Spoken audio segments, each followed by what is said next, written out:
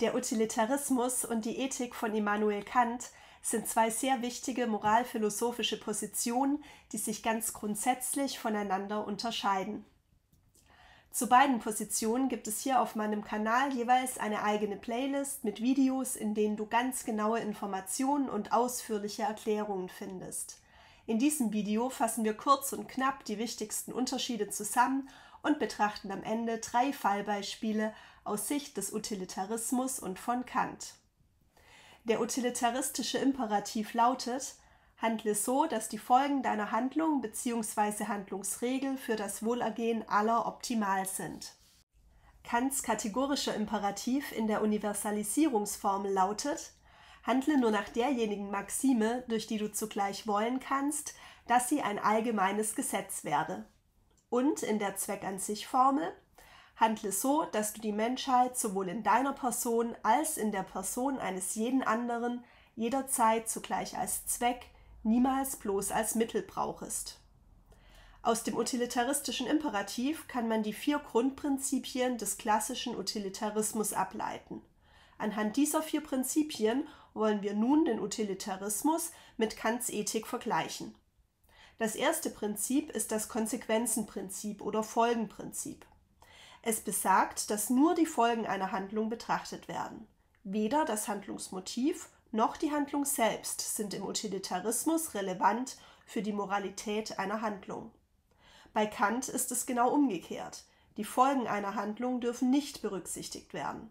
Es zählt allein der gute Wille, also das Motiv hinter der Handlung. Kant zufolge sind Handlungsfolgen nämlich unvorhersehbar und liegen nicht in der Macht des Handelnden.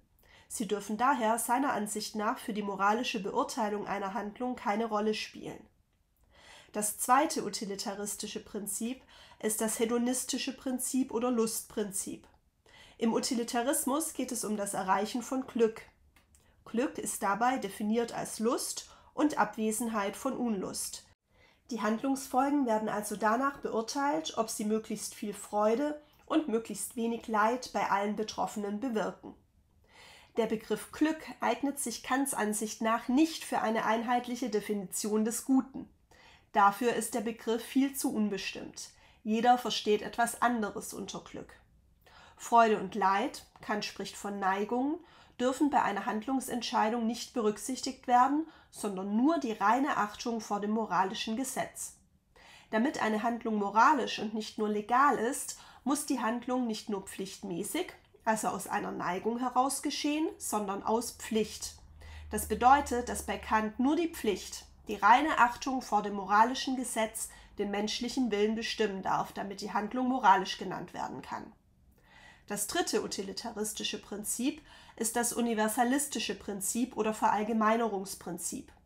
Es geht im Utilitarismus um das Wohlergehen aller von der Handlung Betroffenen. Weder darf die Handlung egoistisch sein, noch dürfen einzelne Personen oder Gruppen bevorzugt werden. Das erinnert doch stark an die Universalisierungsformel des kategorischen Imperativs. Haben wir hier etwa eine Gemeinsamkeit zwischen dem Utilitarismus und Kants Ethik entdeckt? Ganz klar nein. Die Universalisierungsformel meint bei Kant nämlich die Verallgemeinerungsfähigkeit von Maximen als allgemeines Gesetz. Das bedeutet, jede persönliche Handlungsregel muss dahingehend geprüft werden, ob sie als allgemeines Gesetz gedacht bzw. gewollt werden kann. Es geht hier im Unterschied zum Utilitarismus nicht um die bestmöglichen Folgen für alle von der Handlung Betroffenen. Mögliche Folgen, und zwar egal für wie viele Menschen, dürfen laut Kant bei der Handlungsentscheidung ausdrücklich keine Rolle spielen. Das vierte Prinzip schließlich ist das Utilitätsprinzip oder Nutzenprinzip. Es geht also um den Nutzen, den eine Handlung bringt. Dieser Nutzen bemisst sich daran, ob die Handlung möglichst viel Freude und möglichst wenig Leid bei allen Betroffenen auslöst.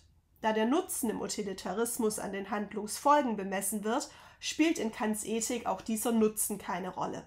Allein der gute Wille ist Kants Ansicht nach gut, und der Wille ist nur dann gut, wenn er allein vom moralischen Gesetz, dem kategorischen Imperativ, bestimmt wird.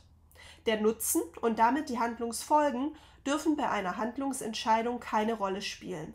Außerdem wird der Nutzen im Utilitarismus an der Maximierung von Freude und Minimierung von Leid bemessen. Es geht also erneut um Neigungen, die laut Kant ebenso wenig den Willen bestimmen sollen. Ganz deutlich wird der Unterschied bei der Zweck-an-sich-Formel des kategorischen Imperativs. Der Mensch darf hiernach nämlich niemals als bloßes Mittel benutzt werden, auch dann nicht, wenn es der Mehrheit nützt.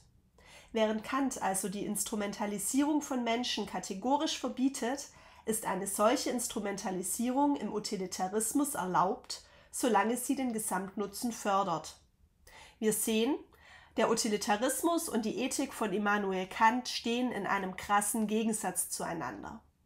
Doch welche Auswirkungen hat dies auf konkrete Handlungsentscheidungen? Lasst uns das einmal gemeinsam an 3 Fallbeispielen überprüfen. Du hast dir vor längerer Zeit von jemandem ein Buch ausgeliehen, was der Besitzer aber schon vergessen hat. Ein Freund, der das ausverkaufte Buch schon lange sucht, sieht es bei dir. Darfst du ihm das Buch schenken? Wir argumentieren zunächst aus Sicht des klassischen Utilitarismus und erstellen eine Liste mit möglichen Folgen. Der Freund freut sich sehr über das Buch. Der Besitzer findet es heraus und ärgert sich. Der Besitzer findet es heraus und ihm ist es egal. Der Besitzer findet es nicht heraus. Der Freund findet heraus, dass dir das Buch gar nicht gehört und ärgert sich. Dann wägen wir die wahrscheinlichsten Folgen gegeneinander ab und überlegen, welche Handlung das größtmögliche Glück für die größtmögliche Anzahl an Betroffenen auslöst. Auf dieser Grundlage fällen wir unsere moralische Entscheidung. Am wahrscheinlichsten ist, dass sich der Freund über das Buch freut und sich der Besitzer nicht mehr an das Buch erinnert bzw. es ihm egal ist. Wenn du das Buch verschenkst, entsteht also bei allen Betroffenen mehr Freude als Leid. Die Antwort in diesem Fall lautet also: Ja, du darfst das Buch verschenken. Nun zu Kant. Wir argumentieren mit Kants Universalisierungsformel des kategorischen Imperativs. Die Maxime „Ich schenke einem Freund ein ausgeliehenes Buch weiter“ kann als allgemeines Gesetz weder gewollt noch gedacht werden, da sich die Maxime ansonsten selbst zerstören würde. Niemand könnte oder würde mit einem solchen allgemeinen Gesetz mehr jemandem etwas ausleihen. Ausleihen und verschenken wäre dann dasselbe. Das Prinzip Ausleihen basiert nämlich darauf, dass man die ausgeliehene Sache wieder zurückbekommt. Die Maxime würde als allgemeines Gesetz lauten: Immer wenn jemand vergessen hat, dass du dir etwas von ihm ausgeliehen hast, musst du es weiter verschenken. Ein solches Gesetz ist in sich widersprüchlich. Es kann nicht als allgemeines Gesetz gedacht werden. Wollen kann ein solches Gesetz ebenso keiner, denn man leiht Dinge schließlich deshalb aus, weil man sie wieder zurückbekommen will. Ansonsten könnte man die Sache ja gleich verschenken. Die Antwort nach Kant lautet also: Nein, du darfst das Buch nicht verschenken. Zweites Fallbeispiel. Du hast Freundin A versprochen, mit ihr shoppen zu gehen. Spontan bittet dich Freundin B, ihr beim Umzug zu helfen, da alle Helfer abgesagt haben und sie den Umzug ansonsten nicht schafft. Darfst du Freundin A versetzen, um Freundin B beim Umzug zu helfen? Wir argumentieren wieder zunächst aus Sicht des klassischen Utilitarismus und erstellen als erstes eine Liste mit möglichen Folgen. Freundin A ist sauer, weil du nicht mit ihr shoppen gehst. Freundin A hat Verständnis und ist nicht sauer, ihr geht wann anders shoppen. Freundin A wollte lieber alleine shoppen und ist erleichtert, dass du nicht kommst. Freundin B freut sich sehr, weil du ihr beim Umzug hilfst. Dann wägen wir wieder die wahrscheinlichsten Folgen gegeneinander ab und überlegen uns, welche Handlung das größtmögliche Glück für die größtmögliche Anzahl auslöst. Am Ende fällen wir dann die moralische Entscheidung. Die Hilfe beim Umzug löst mit hoher Wahrscheinlichkeit eine größere Freude bei Freundin B aus, als das Leid durch das verpasste Shoppen bei Freundin A.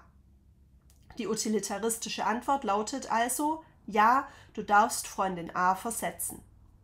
Und was würde Kant antworten? Wir argumentieren wieder mit Kants Universalisierungsformel des kategorischen Imperativs.